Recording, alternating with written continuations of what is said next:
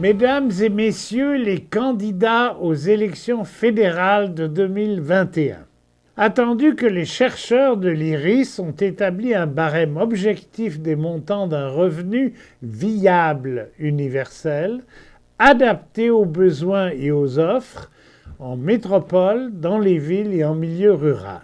Attendu que ce revenu universel s'applique bien sûr à toute personne vivant ici et quel que soit son âge.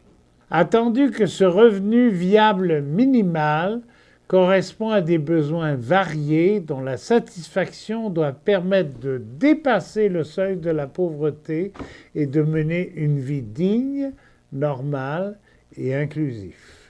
Attendu que 45% des retraités québécois sont contraints, à cause de leur trop faible revenu, de demander tout ou partie du supplément de revenu garanti, en plus de la pension fédérale de sécurité de la vieillesse. Attendu que les retraités du Québec ont peuplé et bâti ce pays depuis la Révolution tranquille.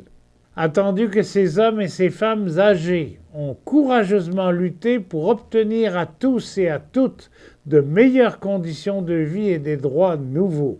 Attendu qu'elles et ils ont contribué activement à la richesse et au développement du pays, mais aussi à la défense et à la promotion des droits et libertés et de la démocratie. Attendez, écoutez bien, que selon une enquête américaine récente, le Canada s'est classé premier pays au monde, devant le Japon et l'Allemagne, pour la qualité de vie et les objectifs sociaux, et qu'il serait indécent de perdre ce premier rang. Attendu que le gouvernement fédéral s'obstine à subventionner les énergies fossiles à coût de dizaines de milliards, même pour des projets non rentables financièrement, comme le pipeline Trans Mountain, pour des projets socialement inacceptables et écologiquement dangereux. Et que ces milliards gâchés auraient pu sortir durablement de la pauvreté tous les aînés du Québec et du Canada. Mesdames et messieurs les candidats aux élections fédérales de 2021, nous demandons au gouvernement qui sortira des choix des électeurs et électrices de hausser immédiatement les revenus fédéraux de base des aînés et retraités à 2 000 $ par mois, soit 24 000 $ annuels, avant d'atteindre 2 333,33 $ par mois, c'est-à-dire 28 000 $ par année, avant la fin de son mandat.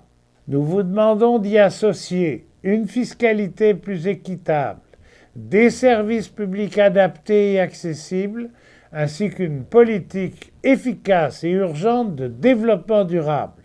Nous vous disons et rappelons que nous avons les moyens financiers et humains de ce que nous demandons.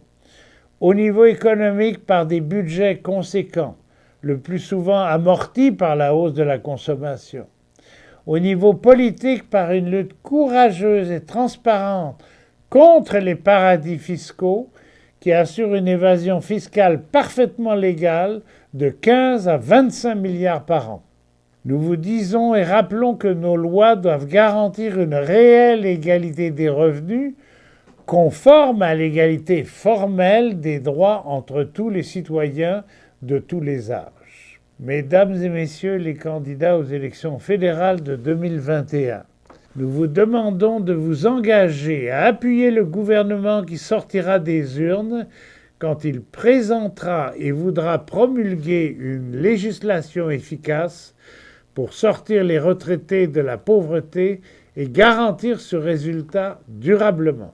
Nous vous demandons et vous remercions de signer et d'adresser cet engagement, soit aux sections locales AQDR du comté où vous êtes candidat, soit directement par courriel info@aqdr.org ou un simple message sur le site aqdr.org. Au nom de tous les retraités et aînés du Québec, merci solidairement.